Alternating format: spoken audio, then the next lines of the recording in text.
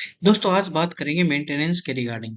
ये मेंटेनेंस किस प्रोविजन के तहत दी जाती है, कौन देता है, कैसे दी जाती है, कितने समय के अंदर अंदर मेंटेनेंस का केस फाइल किया जाएगा, कौन फाइल करेगा, क्या पत्नी ले सकती है मेंटेनेंस, अगर ले सकती है तो किन ग्राउंड्स पे ले सकती है, अगर नहीं ले सकती तो किन ग्राउंड्स पे नहीं ले सकती, पिता और माता कैसे लेंगे मेंटेनेंस, बच्चे कैसे लेंगे मेंटेनेंस। तो आज सारी डिटेल्स इस वीडियो में आज आप लोग जानोगे। तो शुरू करते हैं आज की वीडियो। अगर आप लोगों ने मेरा चैनल को सब्सक्राइब नहीं किया है तो प्लीज सब्सक्राइब कर लें, और अगर वीडियो आपको पसंद आती है तो लाइक जरूर करें। दोस्तों सबसे पहले बात करें सीआरपीसी के regarding, criminal procedure code 125 CrPC के तहत जो मेंटेनेंस दी जाती थी वाइफ को, अब वो भारतीय नागरिक सुरक्षा संहिता में धारा 144 हो चुकी है, 144 हो चुकी है। इसमें सेम प्रोविजन है, सिर्फ आप मान के चलिए जो धारा का जो नंबर था वो 125 था, अब जो है 144 हो गया है, 144 हो चुका है। ठीक है। अब इस धारा के तहत 144 के तहत वाइफ भी मेंटेनेंस ले सकती है, बच्चे भी मेंटेनेंस ले सकते हैं, और पेरेंट्स भी मेंटेनेंस ले सकते हैं। ठीक है। इसमें सबसे पहले जो रीजन होगा वो क्या होगा, यदि कोई व्यक्ति जिसके पास सुफिशिएंट मीन्स है, मीन्स यानी उसके पास सुफिशिएंट स्रोत हैं, और वो अपने बच्चों को, अपने माता पिता को और अपनी वाइफ को मेंटेनेंस नहीं दे रहा। सबसे पहले तो ये ग्राउंड है। ठीक है। तो उसके ऊपर एप्लीकेबल होगा, यानी उसके पास सुफिशिएंट मीन्स है, वो दे नहीं रहा जानबूझकर और उनको उनकी परवाह नहीं करता। ठीक है। तो ये इन चीजों पर आधारित होंगे। यदि किसी, यहाँ पे क्वेश्चन उठता है, यदि किसी के पास कुछ है ही नहीं, बेरोजगार है, इनकम का कोई सोर्स नहीं है, तो क्या होगा? तो उसके ऊपर मेंटेनेंस का कोई दबाव नहीं होगा। कोर्ट जो है उसको जबरदस्ती बाउंड नहीं कर सकती कि आपको कमाना है और आपको अपनी वाइफ को देना है।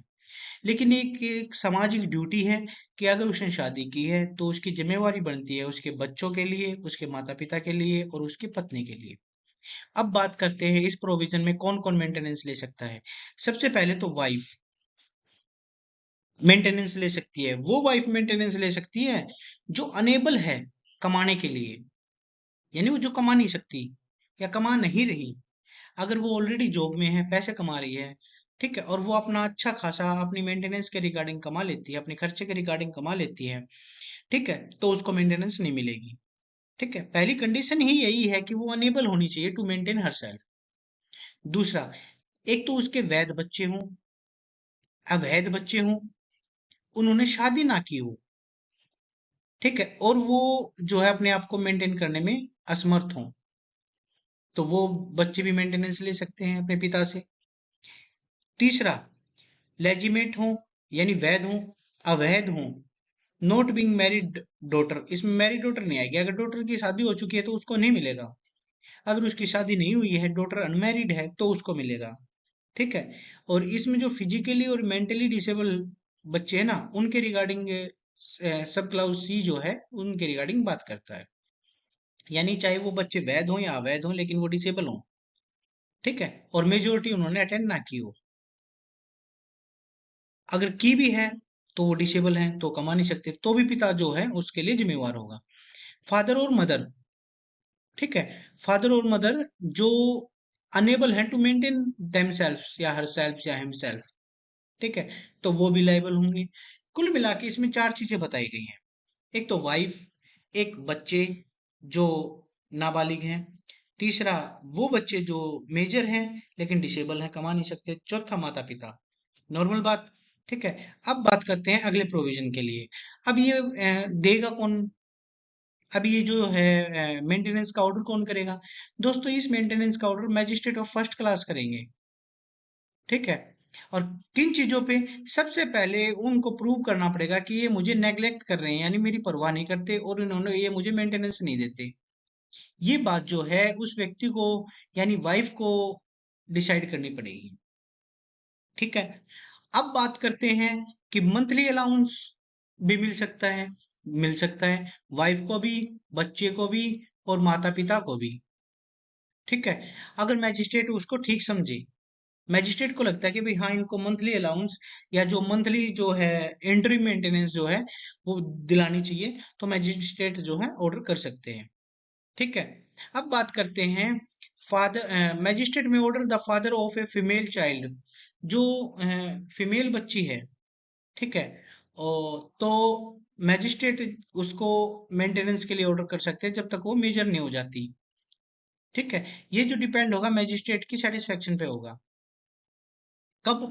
यदि उसका हस्बैंड मैरिड है, ठीक है, और वो 18 साल से 16 15 14 साल की है, उसकी शादी हो चुकी है, और उसका हस्बैंड जो है 17 साल का है, वो कमा नहीं रहा, तो जब तक वो मेजर नहीं हो जाती, तो उसके लड़की के पिता की जिम्मेवारी बनती है उसको मेंटेनेंस देने के लिए।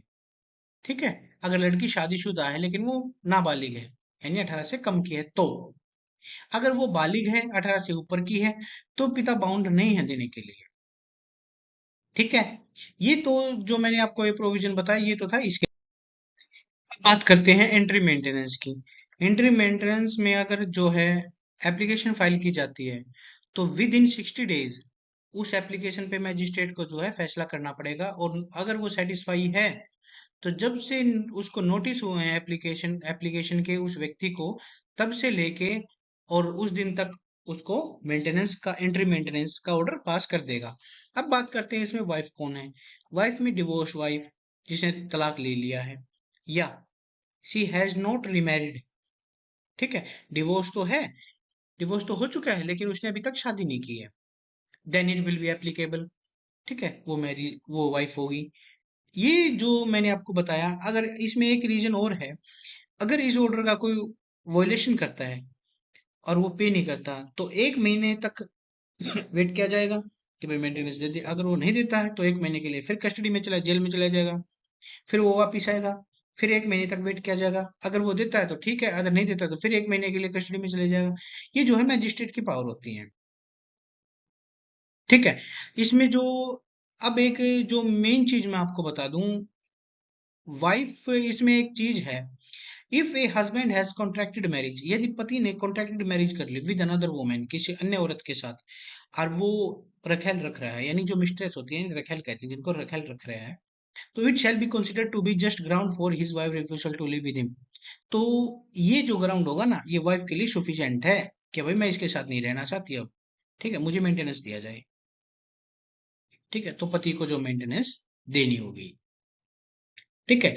अब इसमें एक छोटी सी चीज और बता दूं, यदि वाइफ, छोटी तो नहीं बहुत बड़ी है, यदि वाइफ एडल्ट्री में रह रही है किसी के साथ, बिना किसी सुफिशिएंट ग्राउंड के रह रही है, ठीक है, पति को के साथ बिना कोई ग्राउंड नहीं बता रही कि मैं अपनी मर्जी से रह रही हूँ, ठीक है, और कोई ग्राउंड नहीं बता रही कि भाई मैं क्यों नहीं रहना चाहती इसके साथ, ठीक है, या अपने आप मना कर देती है उसके साथ रहने के लिए बिना किसी ग्राउंड के, या सेपरेट रह रही है बाय म्यूचुअल कंसेंट, यानी दोनों हस्बैंड वाइफ की म्यूचुअल कंसेंट है, तो इन 4 सिचुएशंस में वाइफ को मेंटेनेंस नहीं मिलेगा। कौन कौन सी? एक तो वाइफ एडल्ट्री में रह रही है, एडल्ट्री में किसी और के साथ लिव इन में रह रही है, जो आजकल एक चला हुआ ना, लिव इन रिलेशनशिप का, तो भी वाइफ जो है मेंटेनेंस की हकदार नहीं है। यदि बिना किसी ग्राउंड के पति से अलग रह रही है और वो मना कर रही है कि मैं अपने पति के साथ नहीं रहूंगी, तो उसको नहीं मिलेगा। अगर वो कह रही है कि मेरी और मेरे पति की म्यूचुअल कंसेंट है, हम दोनों अलग अलग रहेंगे, तो उसको डिवोर्स नहीं मिलेगा। तो ये जो 4 ग्राउंड है ना, इनको दोस्तों आप ध्यान रखना। ठीक है। इनका बर्डन ऑफ प्रूफ होगा किसके पास? बर्डन ऑफ प्रूफ होगा हस्बैंड के पास। हस्बैंड को प्रूफ करना पड़ेगा कि वो एडल्ट्री में रह रही है, या बिना किसी रीजन के रह रही है, या म्यूचुअल कंसेंट से रह रही है, ये हस्बैंड को देखनी पड़ेंगी ये चीजें। अब बात करते हैं on proof that any wife in whose favor an order has been made under this section is living adultery, or that without sufficient reason she refuses to his live with her husband, or that they are living separately by mutual consent, the magistrate shall cancel order। In cases में जो है ना, magistrate जो है उस order को cancel कर देगा जो उसने मेंटेनेंस या एंट्री मेंटेनेंस के ऑर्डर पहले किए हैं, तो ठीक है, करेगा ही करेगा मैजिस्ट्रेट। तो ये आपको प्रूव करने पड़ेंगे 4 ग्राउंड्स। अगर आपने ये 4 ग्राउंड प्रूव कर दिए, तो magistrate will be bound to cancel the order, ठीक है, विच ही हैज ऑलरेडी पास्ड। अब बात करते हैं कहाँ पे ये जो है मुकदमा जो कहाँ पे चलेगा, जहाँ पे हस्बैंड रह रहा है, ठीक है, जहाँ पे वाइफ रह रही है, और जहाँ पे वो दोनों इकट्ठे रहे हैं, और जहाँ पे उनकी शादी हुई है, ठीक है।